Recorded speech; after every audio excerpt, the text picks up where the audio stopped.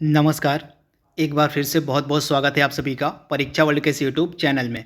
UP triple S C PET 2021 general awareness का हम जो सिलेबस वाइज क्रैश कोर्स चला रहे हैं उसका जो पार्ट 3 है उसको आज हम कंप्लीट करेंगे तथा पार्ट 3 में आज हम देखेंगे विश्व संगठन व उनके मुख्यालय को। जी हाँ दोस्तों, यह जो टॉपिक है आपका जो सिलेबस जारी किया गया था UP triple S C PET का, उसमें यह टॉपिक क्लियरली मेंशन है कि आपको जितने भी विश्व के महत्वपूर्ण संगठन हैं उनके बारे में आपको जानकारी होनी चाहिए तथा उनके जो मुख्यालय हैं उनके बारे में भी आपको नॉलेज होना चाहिए।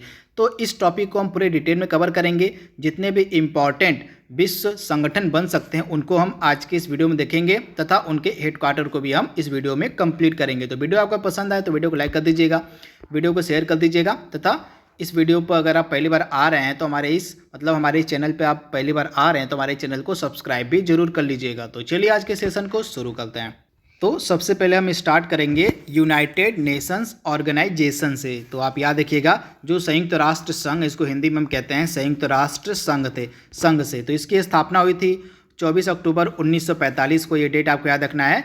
यूएनओ की जो स्थापना थी यह 24 अक्टूबर 1945 को हुई थी। इसका हेडक्वार्टर आपको मिलेगा न्यूयॉर्क में। इसके महासचिव वर्तमान में है एंटोनियो गुटेरेस जो कि पुर्तगाल के हैं, तो इसे भी आप याद रखिएगा। इसके बाद इसके वर्तमान में टोटल सदस्य कितने हैं, तो टोटल 193 देश इसके सदस्य हैं तथा आखिरी में इसका सदस्य बना है 193वां देश कौन सा है, तो दक्षिणी सूडान। तो इसे भी आप ध्यान दीजिएगा। इसके बाद अगला इंपॉर्टेंट संगठन आपके सामने है WTO, विश्व जो है व्यापार संगठन, इसको हम कहते हैं वर्ल्ड ट्रेड ऑर्गेनाइजेशन, इसको हम कहते हैं। इसकी स्थापना 1 जनवरी 1995 को हुई थी। इसके बाद इसका हेडक्वार्टर आपको देखने को मिलेगा स्विट्जरलैंड में। इसके बाद इसके टोटल सदस्य हैं 164 तथा इसका आखिरी सदस्य बना था अफगानिस्तान, तो इसे भी आप ध्यान दीजिएगा। इसके बाद इसके वर्तमान में महानिदेशक हैं रॉबर्ट अजोवेडो, तो इसे भी आप याद देखिएगा। रॉबर्ट अजोवेडो जो हैं ये ब्राज़ील के रहने वाले हैं। ये वर्तमान में महानिदेशक हैं वर्ल्ड ट्रेड ऑर्गेनाइजेशन के, यानी कि विश्व व्यापार संगठन के। तो इनके बारे में आपको याद रखना है। इसके बाद अगला इंपॉर्टेंट संगठन कौन सा है, WHO यानी कि वर्ल्ड हेल्थ ऑर्गेनाइजेशन, इसको हिंदी में कहते हैं हम विश्व स्वास्थ्य संगठन। तो इसकी स्थापना हुई थी 7 अप्रैल सन 1948 को। इसका हेडक्वार्टर आपको मिलेगा जर्मनी के स्विट्जरलैंड के जिनेवा शहर में। आप याद रखिएगा स्विट्जरलैंड के जिनेवा शहर में आपको हेडक्वार्टर मिलेगा WHO का तथा इसके वर्तमान में महानिदेशक हैं टेड्रोस आधानोम जो कि इथियोपिया के रहने वाले हैं, तो इसे भी आप ध्यान दीजिएगा। इसके बाद अगला इंपॉर्टेंट संगठन है इंटरनेशनल लेबर ऑर्गेनाइजेशन। इसकी स्थापना 29 अक्टूबर सन 1919 को की गई थी। इसका हेडक्वार्टर आपको मिलेगा स्विट्जरलैंड के जिनेवा शहर में। इसके वर्तमान में महानिदेशक कौन है, तो गाय राइडर जो कि ब्रिटेन के हैं, ये वर्तमान में महानिदेशक हैं इंटरनेशनल लेबर ऑर्गेनाइजेशंस के, तो इसे भी आप ध्यान दीजिएगा। इसके बाद अगला इंपॉर्टेंट संगठन आपके सामने है IMF, अंतर्राष्ट्रीय मुद्रा कोष इसको हम कहते हैं हिंदी में, और इंग्लिश में इसको हम कहते हैं इंटरनेशनल मॉनिटरी फंड, तो इसे भी आप ध्यान दीजिएगा। इसकी स्थापना सन 1945 में हुई थी। इसका मुख्यालय वाशिंगटन DC में है। इसके टोटल सदस्य हैं 189 है कंट्री जो इसके टोटल सदस्य हैं तथा इसके वर्तमान में प्रमुख कौन है, IMF के क्रिस्टलीना जॉर्जिवा जो कि बुल्गारिया के रहने वाली हैं, ये वर्तमान में प्रमुख हैं IMF यानी कि इंटरनेशनल मॉनिटरी फंड के, तो इसे भी आप ध्यान दीजिएगा। इसके बाद अगला इंपॉर्टेंट संगठन है नाटो का जो फुल नेम है इसको कहते हैं हम North Atlantic Treaty Organization, Hindi में इसको कहते हैं हम उत्तर अटलांटिक संधि संगठन। इसकी स्थापना 1949 में की गई थी। इसका हेडक्वार्टर मिलेगा आपको बेल्जियम के ब्रुसेल्स शहर में। इसके बाद इसके टोटल सदस्य हैं 30 कंट्री जो हैं इसके सदस्य हैं नाटो के तथा वर्तमान में इसके महानिदेशक हैं जेंस स्टोल्टेनब। कौन है, तो जेंस स्टोल्टेनब जो है वर्तमान में नाटो के महासचिव हैं, तो इनके बारे में आपको याद रखना है। इसके बाद अगला इंपॉर्टेंट संगठन आपकी स्क्रीन पर है ADB, एशियन डेवलपमेंट बैंक, एशियाई विकास बैंक इसको हम कहते हैं। इसका हेडक्वार्टर आपको मिलेगा फिलीपींस के मनीला शहर में। 1946 में इसकी स्थापना की गई थी। इसके बाद 68 टोटल सदस्य इसके हैं। इसके बाद वर्तमान में इसके महानिदेशक कौन है, मातात्सुगु आसाकावा जो कि जापान के हैं, ये वर्तमान में अध्यक्ष हैं ADB के, तो इसे भी आप याद रखिएगा। इसके बाद आपको आज बताना है कमेंट बॉक्स में कि जो ADB बैंक है इसके उपाध्यक्ष कौन है। मैं आपको बता देता हूँ, ये भारतीय व्यक्ति हैं, तो आपको इनका नाम बताना है कि कौन से भारतीय व्यक्ति जो हैं ADB के उपाध्यक्ष हैं, तो आपको बताना है।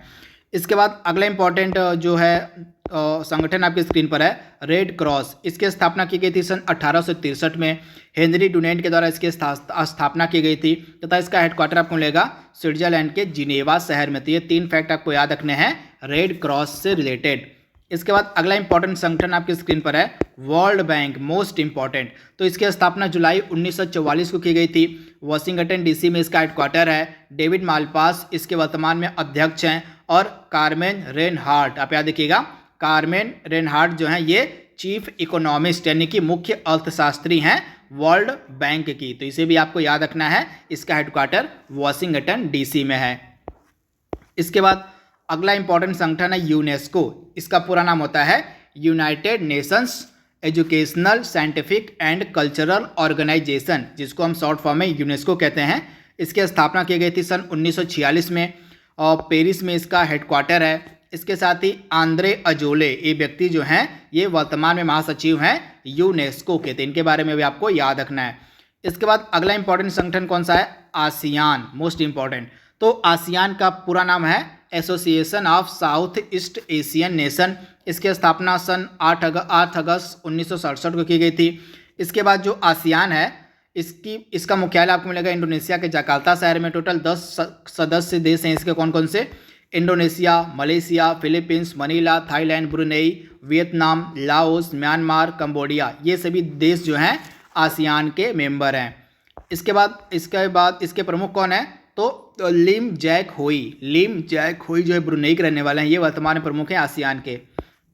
अगला इंपॉर्टेंट संगठन है सार्क। सार्क का जो पूरा नाम होता है south Asian association for regional cooperation, इसको हम शॉर्ट फॉर्म में सार्क कहते हैं। इसकी स्थापना 8 दिसंबर सन 1985 की गई थी। इसका मुख्यालय है काठमांडू में तथा इसके जो हैं सदस्य कौन कौन से हैं, तो भारत, पाकिस्तान, बांग्लादेश, श्रीलंका, नेपाल, मालदीव, भूटान और अफगानिस्तान के टोटल 8 देश हैं सार्क के मेंबर। तो इसे भी आप ध्यान दीजिएगा। तथा सार्क की जो स्थापना है यह 8 दिसंबर 1985 की गई थी तथा इसका जो पहला सम्मेलन था यह हुआ था ढाका में। तो इसे भी आप याद रखिएगा, 1985 में सार्क का पहला सम्मेलन ढाका में हुआ था। इसका हेडक्वार्टर काठमांडू में, नेपाल की जो राजधानी है। इसके बाद अगला इंपॉर्टेंट है और नाम का पूरा नाम क्या होता है, नॉन अलाइंड मूवमेंट, गुट निरपेक्ष आंदोलन। इसकी स्थापना सन 1961 में हुई थी बेलग्रेड में। इसके बाद इसका मुख्यालय है सेंट्रल जकार्ता में। इसका पहला सम्मेलन हुआ था सर्बिया बेलग्रेड में 1961 में। तो इसे आप ध्यान दीजिएगा। इसके बाद अगला इंपॉर्टेंट संगठन है ओपेक, काफ़ी इंपॉर्टेंट है। इसका हेडक्वार्टर आपको मिलेगा ऑस्ट्रिया के वियना शहर में। इसकी स्थापना 1960 में की गई थी तथा इसके टोटल 15 सदस्य देश हैं, जिसमें से 2018 में कतर ने जो है अपनी सदस्यता से त्याग पत्र दे दिया। अब टोटल सदस्य बच्चे हैं इसके 14। तो इसे आप ध्यान दीजिएगा। Organisations of petroleum exporting country, जिसको शॉर्ट फॉर्म में हम ओपेक के नाम से जानते हैं, इसे आप ध्यान दीजिएगा। इसके बाद अगला इंपॉर्टेंट संगठन आपकी स्क्रीन पर EU, यूरोपियन यूनियन। इसकी स्थापना 1 नवंबर सन 1993 को की गई थी। बेल्जियम के ब्रुसेल्स शहर में इसका हेडक्वार्टर है। टोटल 28 देश इसके मेंबर हैं EU के। तो इसे आप ध्यान दीजिएगा।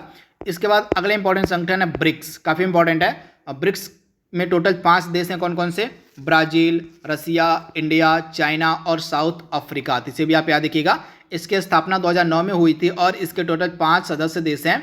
मूलतः इसकी जब स्थापना की गई थी 2010 में, दक्षिण अफ्रीका इसमें मतलब मूलतः यानी कि मूल रूप से जो है इसमें जो दक्षिण अफ्रीका था वह 2010 में इसमें सम्मिलित हुआ था। तो इसे आप याद रखिएगा, मतलब 2010 से पहले इस को हम ब्रिक के नाम से जानते थे, लेकिन जब दक्षिण अफ्रीका इसमें सम्मिलित हो गया तो इसका नाम हो गया ब्रिक्स। तो इसे भी आप ध्यान दीजिएगा। तथा ब्रिक्स देशों का जो बैंक होता है उसको हम कहते हैं न्यू डेवलपमेंट बैंक। तो इसे भी आप याद रखिएगा। ब्रिक्स देशों के बैंक को हम कहते हैं न्यू डेवलपमेंट बैंक, जिसके प्रमुख कौन है, मार्कस प्राडो ट्राइजो। इसके बाद अगला इंपॉर्टेंट संगठन आपके स्क्रीन पर UNICEF, United Nations international children emergency fund. इसकी जो स्थापना की गई थी 11 दिसंबर सन 1946 को। इसका हेडक्वार्टर मिलेगा आपको न्यूयॉर्क शहर में। इसके मुखिया हैं हेनरीटा H4। तो इसे भी आप ध्यान दीजिएगा। इसके बाद अगला संगठन आपकी स्क्रीन पर है IOC, इंटरनेशनल ओलंपिक कमेटी। इसका मुख्यालय आपको मिलेगा स्विट्जरलैंड के लॉजेन शहर में। 1894 में इसकी स्थापना की गई थी तथा इसके अध्यक्ष हैं थॉमस बाक। इसे भी आप याद रखिएगा। तथा साल 2020 का जो ग्रीष्मकालीन, अब 20 का तो अब नहीं होगा, अब ये होगा आपका 2021 में। तो 2021 में अब यह ग्रीष्मकालीन ओलंपिक खेल टोक्यो में होगा। कोरोना वायरस के चलते जो इसका आयोजन जो स्थगित कर दिया गया था, तो अब इसका आयोजन 2021 में किया जाएगा जापान के टोक्यो शहर में 8 अगस्त से, यह मतलब 23 जुलाई से यह 8 अगस्त तक चलेगा 2021। अगला इंपॉर्टेंट है और फीफा का मुख्यालय है मतलब स्विट्जरलैंड के ज्यूरिख शहर में। इसका स्थापना 1904 में की गई थी। 211 इसके मेंबर हैं। गियानी इन्फेंटिनो इसके वर्तमान में अध्यक्ष हैं फीफा के, तथा फीफा जो है फुटबॉल की सबसे उच्च गवर्निंग संस्था है। इसके बाद 2022 का जो फीफा का विश्व कप होगा, यह होगा कतर शहर में। तो इसे भी आप याद रखिए, कतर में जो है इसका विश्व कप खेला जाएगा 2020 का। इसके बाद अगला संगठन है आईसीसी, इंटरनेशनल क्रिकेट काउंसिल। इसकी स्थापना 1909 में की गई थी। दुबई में इसका हेडक्वार्टर है। इसके नए अध्यक्ष बने हैं ग्रेग बार्कले। कौन है? तो ग्रेग बार्कले, जो कि आपको मिलेंगे, ये किस देश के हैं? तो न्यूजीलैंड के रहने वाले हैं ग्रेग बार्कले। ये वर्तमान में इसके अध्यक्ष बनाए गए हैं और इसके सीईओ हैं मनु साहनी। तो इसे भी आप याद रखिएगा। तथा 2023 का जो इंटरनेशनल मतलब अंतर्राष्ट्रीय क्रिकेट विश्व कप होगा, एक दिवसीय जो होगा 50 ओवर का, यह भारत में खेला जाएगा। तो इसे आप ध्यान दीजिएगा। तो यहाँ पे जितने भी इम्पॉर्टेंट संगठन बन सकते थे, उनके मुख्यालय जितने हो, मतलब उनके मुख्यालय, उनके प्रमुख जितने और इम्पॉर्टेंट फैक्ट बन सकते थे अंतर्राष्ट्रीय संगठन से रिलेटेड, उसको हमने कवर कर लिया है। तो आज के लिए बस इतना ही। Thank you, thanks for watching, thank you.